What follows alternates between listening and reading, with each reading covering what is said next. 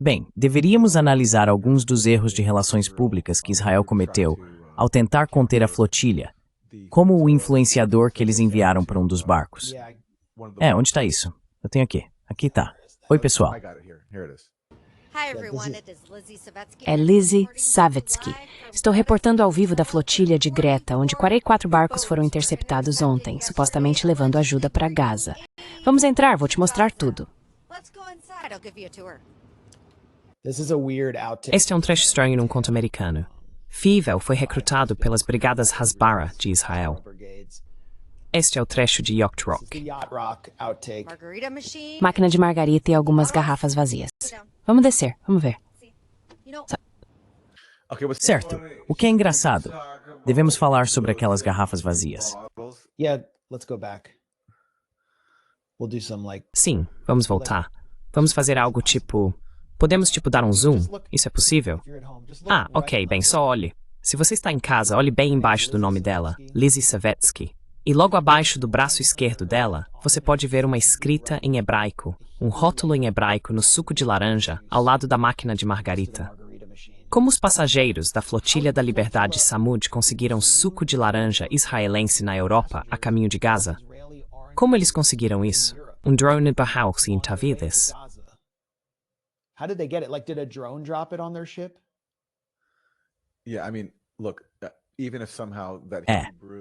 Quer dizer, veja, mesmo que de alguma forma aquele suco de laranja em hebraico estivesse disponível na Europa, você acha que uma flotilha global desafiando o bloqueio compraria um produto israelense?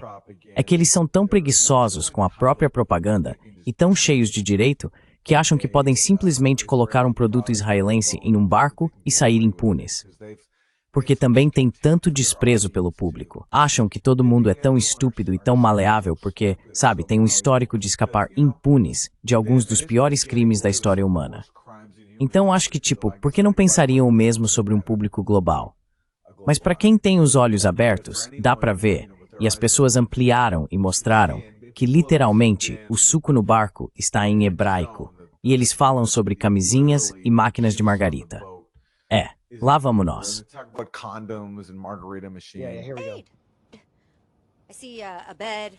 Vejo uma cama. Vejo algumas das mesmas coisas que vi nos acampamentos nos campi universitários. Nenhuma ajuda. É tão estranho. Tudo que vejo são algumas embalagens de preservativos, parafernália de drogas, agulhas. Nenhuma ajuda. Nós demos aos pró-Hamas. Sim, então as pessoas estão injetando heroína na sério. Sério.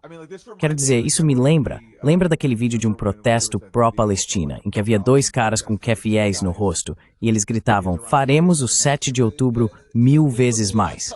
Eram obviamente judeus.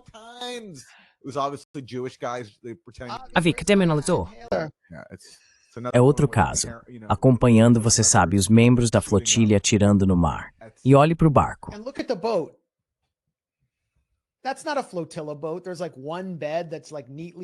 Isso não é um barco de flotilha. Há uma cama, arrumada com lençóis de alta qualidade. Mal há espaço para qualquer coisa ali dentro. Está em uma marina.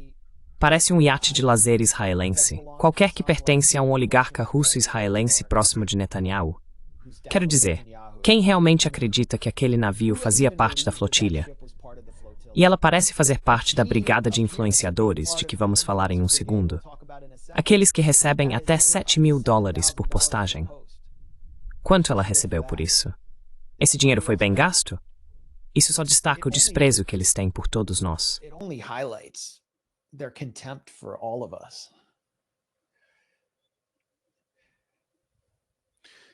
Bem, para quem perdeu, isso é do Responsible Statecraft, Nick. Podemos dar uma recuada rápida dessa postagem? Porque tem outra que eu quero destacar. Claro. Certo, porque eu quero explicar como eles meio que chegaram até aí, ou apenas fornecer um pouco de contexto sobre isso. Isso gira em torno da questão dos $7.000. Tudo bem, vamos começar do início. Benjamin Netanyahu, enquanto estava fora da ONU, anunciou uma 8ª frente para sua guerra de 7 frentes, que é uma guerra regional. Agora ela se estendeu aos Estados Unidos, em uma reunião com influenciadores que aparentemente são pagos pelo Ministério das Relações Exteriores de Netanyahu, o qual anunciou um orçamento de 150 milhões de dólares para propaganda ou hasbara neste ano. Netanyahu disse que a oitava frente é a frente americana. Vamos comprar o TikTok, vamos tentar assumir o controle do Twitter X e vamos garantir que enfrentemos o que ele chamou de Reich Woke, referindo-se a Candace Owens e Trump, Tucker Carlson, seus dois principais alvos.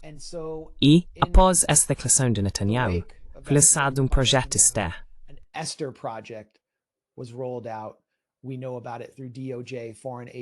Sabemos disso por meio dos registros do Ato de Registro de Agentes Estrangeiros do Departamento de Justiça dos Estados-Unidos, que revelam uma campanha paga de influenciadores norte-americanos conduzida por uma empresa chamada Bridges Partners, LLC, que, ao que tudo indica, não está ligada ao Project Esther, o plano da Heritage Foundation, de mais de um ano atrás. Os registros mostram que a empresa recebeu $200 mil para recrutar e coordenar influenciadores de mídia social, e até $900 mil em pagamentos ao longo de vários meses, com um cronograma de preços detalhado. Os 60 mil em pagamentos iniciais para cobrir o recrutamento de influenciadores e o desenvolvimento de conceitos, e mais 140 mil em pagamentos de desenvolvimento. Depois, houve pagamentos por fases, à medida que 5 ou 6 influenciadores começaram a postar, além de alocações mensais de até $250 mil, destinadas a honorários de influenciadores, produção e custos da agência. Isso é fundamental. E agora, vamos para a próxima parte do quebra-cabeça, os $7 mil.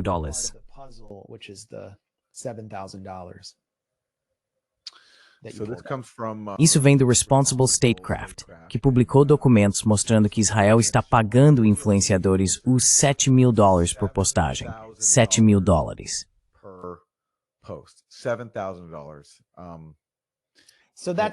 Então, basicamente, isso é a análise dos números que acabei de ler da Bridges Partners LLC.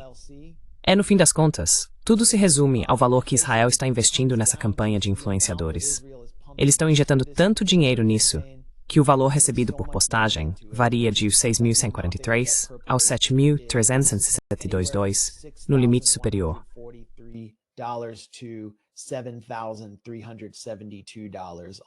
E o artigo fala sobre um grupo de 14 a 18 influenciadores criando conteúdo. Acho que ele não chega a citar os nomes dos influenciadores, certo? Então... Não, porque a Farah não faz isso. Isso possivelmente é uma violação da Farah. E acho que vale destacar que Pam Bondi, que era a principal lobista da Ballard Partners para o Qatar, e agora é procuradora-geral, afrouxou os requisitos da Farah. Vários estados controlados pelos republicanos estão exigindo divulgações da Farah apenas para os chamados estados adversários, permitindo que Israel faça lobby com mais facilidade.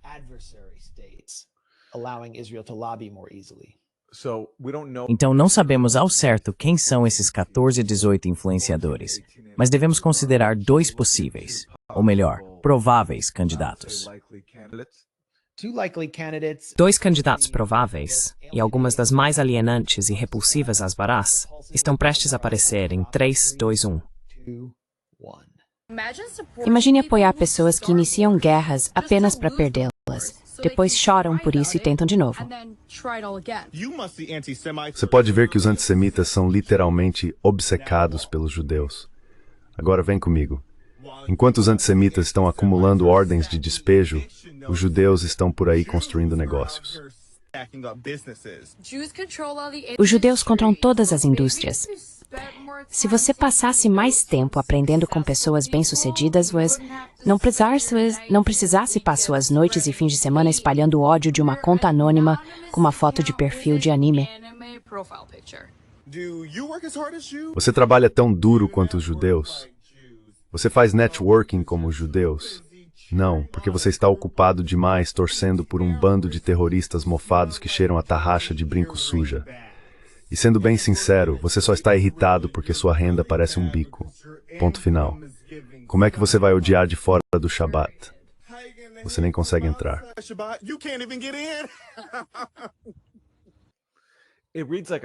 Parece uma paródia, como se estivesse tentando imitar os apoiadores mais irritantes de Israel possíveis. Mas, na verdade, eles são reais. Essas pessoas existem de verdade. E são pessoas de onde? Achando que estão fazendo o que Israel quer. E esse é o tipo de conteúdo que agora será especialmente promovido no TikTok, já que ele está essencialmente nas mãos de oligarcas pró-Israel após uma venda forçada por Donald Trump.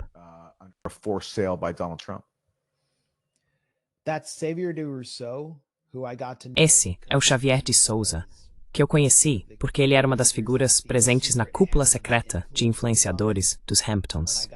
Quando recebi uma lista com os nomes de todos os influenciadores, o nome dele apareceu e eu liguei para ele. Ele desligou na minha cara e depois fez uma postagem sobre eu ter ligado, dizendo que desligou por medo de estranhos e que estava bêbado de vinho. Depois, ele entrou em contato comigo e disse: "Tudo isso é muito bagunçado. Vamos esclarecer isso." E eu respondi: "Tudo bem, vamos conversar por telefone." Eu queria ter uma conversa com ele, mas ele recusou a ligação e disse que eu poderia enviar as perguntas por mensagem. Ele nunca respondeu a nenhuma das perguntas jornalísticas que enviei.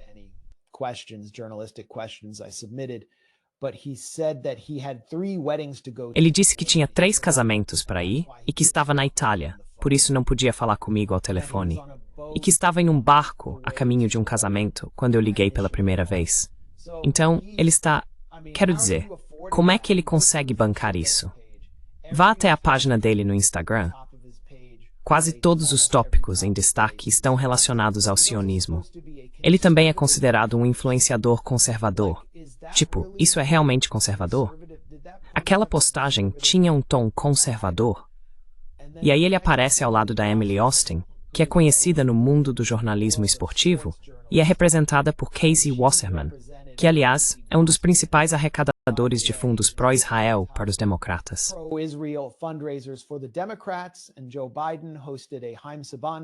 E Joe Biden organizou uma arrecadação de fundos de Haim Saban para ele em sua casa em 2020, ou no início de 2024, acredito. E agora ela está sendo apresentada como uma influenciadora conservadora, anti-woke. Ela negou estar recebendo $7.000 por postagem de uma forma bem indireta comigo no Twitter. Está bem óbvio o que está acontecendo aqui. E a propaganda é horrível. Quero dizer, ali mesmo.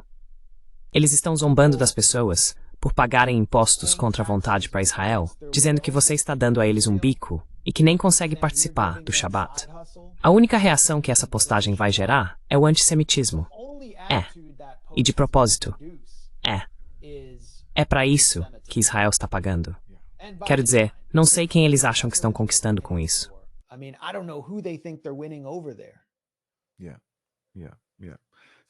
Sim. Às vezes quero dizer, isso faz sentido. E isso se aplica aos apoiadores de Israel em geral. Eles são tão irritantes, tão incômodos, que você se pergunta se é algo intencional para realmente fomentar o antissemitismo, para ajudar, como você há muito argumenta, a justificar a existência de Israel como um Estado de supremacia judaica. Porque as pessoas simplesmente ficam tão irritadas com eles. São insuportáveis. E exibem nas telas, sem o menor constrangimento.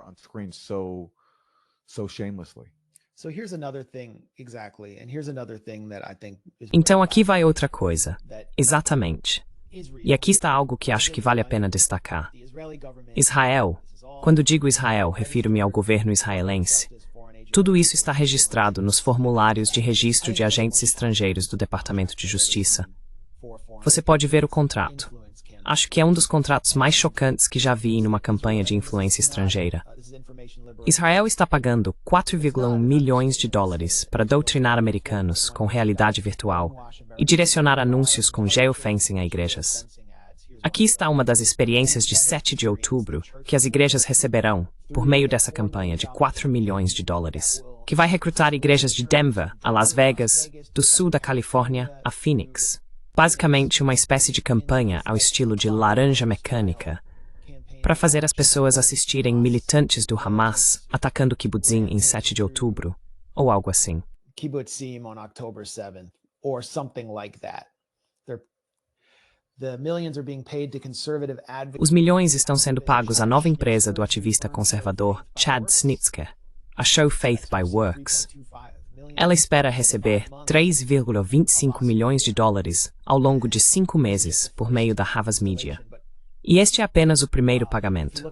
Se você olhar o contrato, o geofencing significa que qualquer pessoa que entre no perímetro de qualquer igreja que aceite participar desse programa, qualquer igreja que se inscreva, terá seus celulares direcionados com anúncios de turismo para Israel, propaganda de Israel, propaganda sobre 7 de outubro. Depois, seus celulares serão rastreados continuamente após deixarem esse perímetro. Isso inclui igrejas ligadas a Tepusa na região de Phoenix, que já sediaram comícios da Tepusa. Aqui está um trailer de um dos filmes de propaganda de lavagem cerebral. Aí está.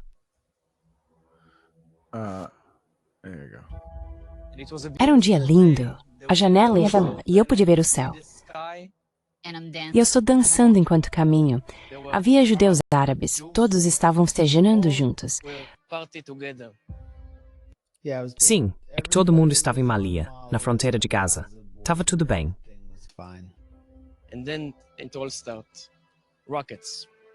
E então, tudo parou. Os foguetes. A música parou.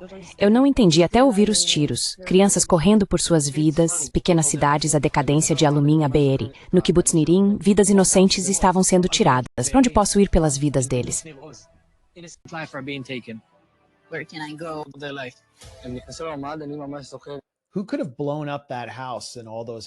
Quem poderia ter explodido aquela casa e todas aquelas casas? Parece uma cena em Gaza, destruída por armamentos poderosos. Interessante. Enfim, você entendeu o ponto. É isso que você vai encontrar se simplesmente for à igreja em muitas megacorporações evangélicas, porque Israel está com medo de perder o apoio entre os jovens cristãos americanos. É algo que nunca vimos antes, o nível de propaganda. E, novamente, acho que isso só vai gerar alienação e levar as pessoas a começarem a fazer perguntas e a nutrirem ressentimento em relação a outro grupo religioso que tenta manipulá-las e controlá-las em nome de outro país. E essas são igrejas evangélicas, onde uma porcentagem desproporcional dos fiéis provavelmente se considera América em primeiro lugar, ou foi influenciada por essa marca associada a Trump. Or were taken in by that Trump branding.